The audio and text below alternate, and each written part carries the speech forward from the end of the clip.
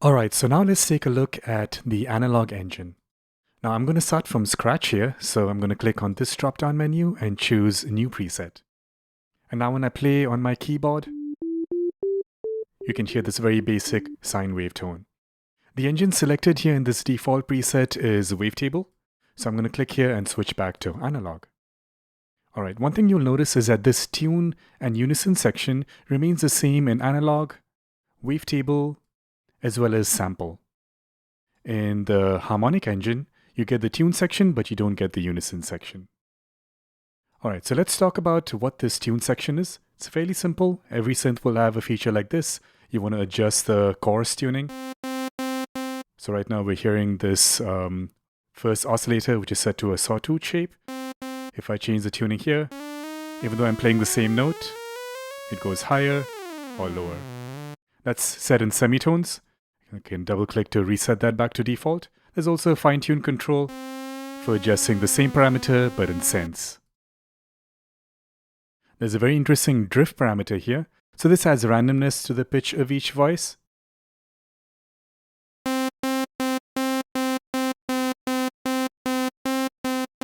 So you notice that as I was repeating the same note again and again, you can hear how the pitch is subtly going sharper or flatter. So this kind of mimics that analog style detuning effect.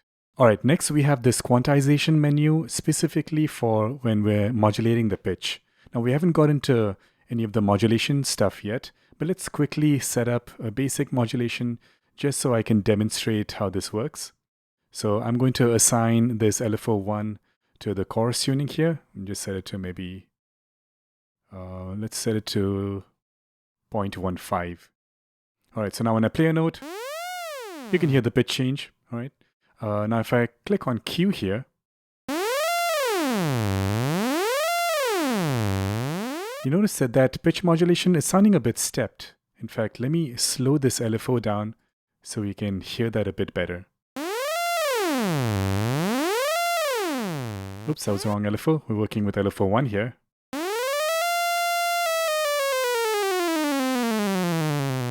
Now I can click on this pencil icon and choose what notes we're using here for quantizing the pitch. So this looks like a chromatic scale, but I can turn off individual notes, and now we have like a major scale with all the white keys.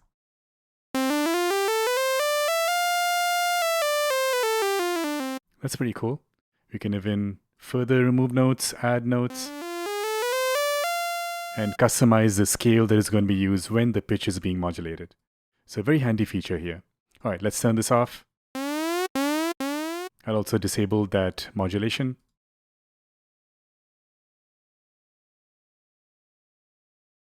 I'm going to tone down the drift here so we don't have too much pitch change as I'm repeating the same note. Okay, next, let's check out the oscillator section. So this whole design is very similar to the Mini Moog. 3 oscillators, each have different wave shapes. We're listening to the sawtooth here. I can switch out to the sine, triangle. We have width control for the triangle. Gonna make it a bit buzzier, a little bit more like a sawtooth. The ramp down sawtooth versus the ramp up sawtooth sounds identical. In a second it'll make sense why we have these two options. Then there's the pulse shape. Right now it's square. But I can adjust the pulse width. You get all these tonal variations. Overall volume control. Chorus tuning. Now this is just for this oscillator. This is for all 3 together. So I can set this to +12. Bring in oscillator 2 here by increasing the volume. Set it to a different shape. And now we can hear the octave difference between these 2 tones.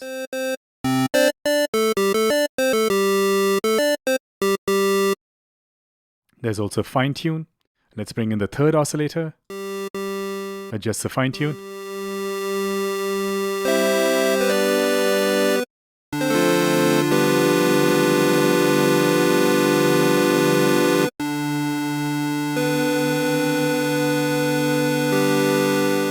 So you get that nice interaction between the 3 oscillators, especially when there's subtle tuning differences like that. All right, next is this output section. This is fairly simple. We have an overall volume control here. We can decide if this entire signal is going to go to filter 1 or to filter 2 or to both when it's in the center. Next, we have a noise generator. So you can mix that in. You can hear that in the background a little bit. Right now it's set to white noise. We also have this red noise, which is kind of like a low-pass filtered noise or a high-pass filtered noise when it's set to blue. If I bring the volume down of all the main oscillators, we should be able to hear just the noise cleanly. So that's blue and that's red.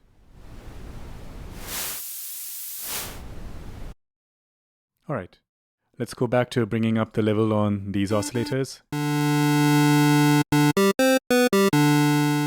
Now we have key tracking on these two oscillators. So if I turn off key tracking,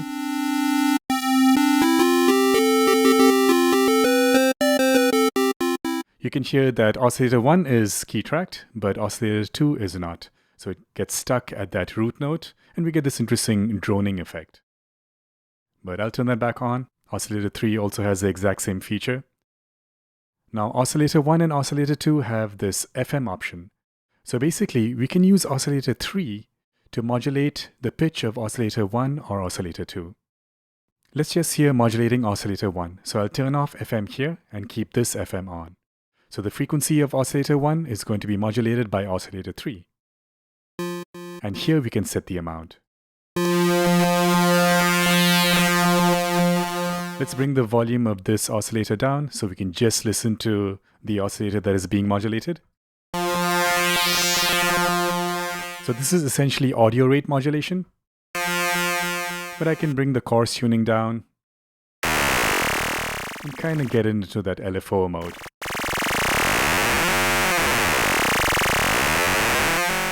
I guess I could turn off key tracking and get it even lower.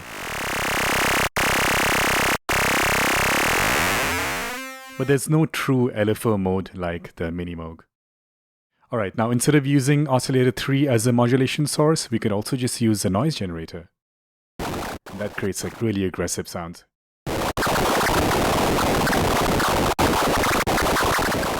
You can also tone down the amount to have it a bit under control. Set in the middle so you get a mix of both.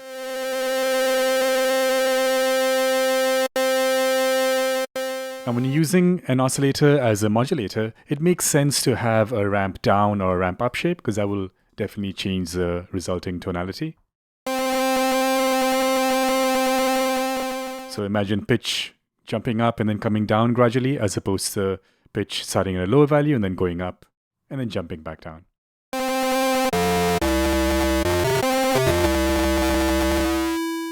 Alright, now lastly, let's talk about unison.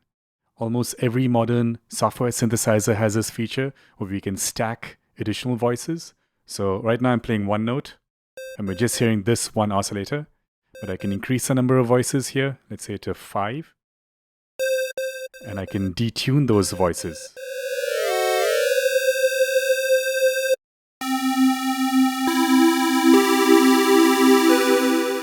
So this is where you get this really rich thickening effect, because all those voices are slightly out of tune from each other. We also have this stereo widening. So when this is all the way down, all those 5 voices are pretty much centered, so you get a very mono effect. When I increase this stereo width, we get this really nice stereo widening effect where all the different voices are panned across the stereo image. There are different modes which you can play with. It's classic, chord, and super, like a super saw effect.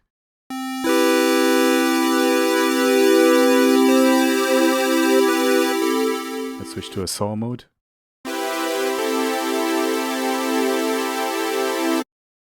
Alright, so that is the analog engine in Pigments. In the next tutorial, we will check out the wavetable engine.